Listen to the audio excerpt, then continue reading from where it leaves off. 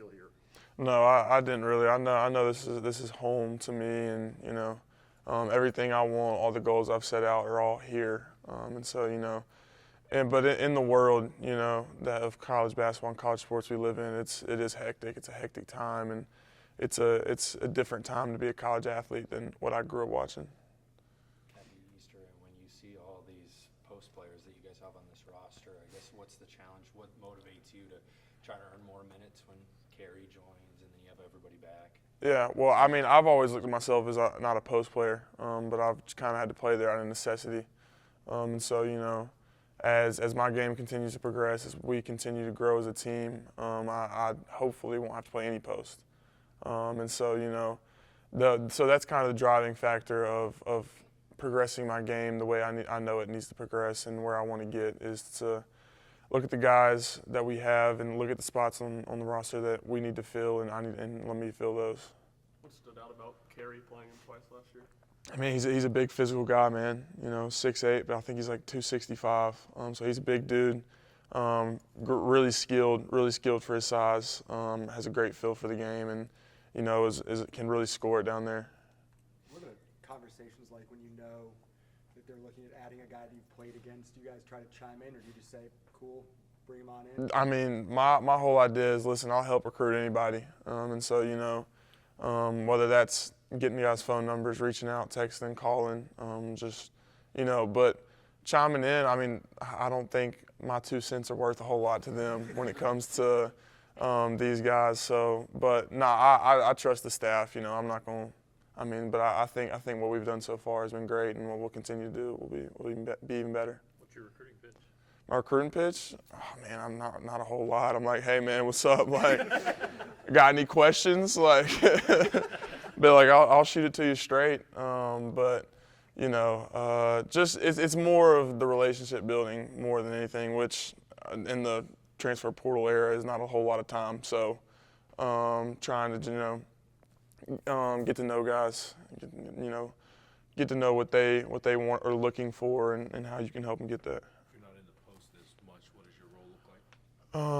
I guess we'll find out. I mean, but spacing the floor, playing a lot of 4-man, which is what I kind of came here to do. But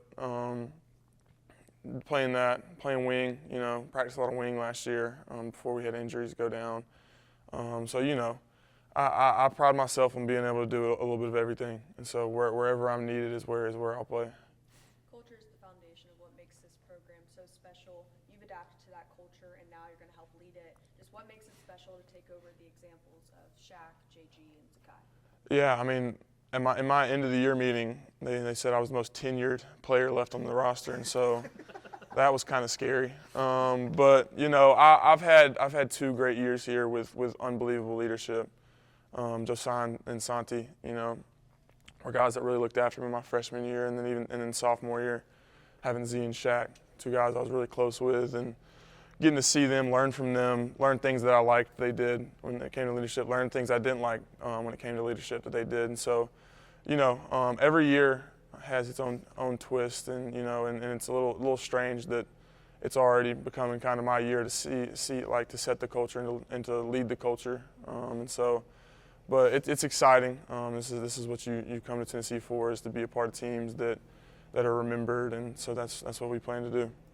Jacoby being an East Tennessee native, and I saw he was hanging out with you guys at the spring game the other week. How well has he meshed with this culture and you guys? Man, I mean, great. And he's already just as well known as any player here just because he's from here. We were running into people like, hey, where's Jacoby?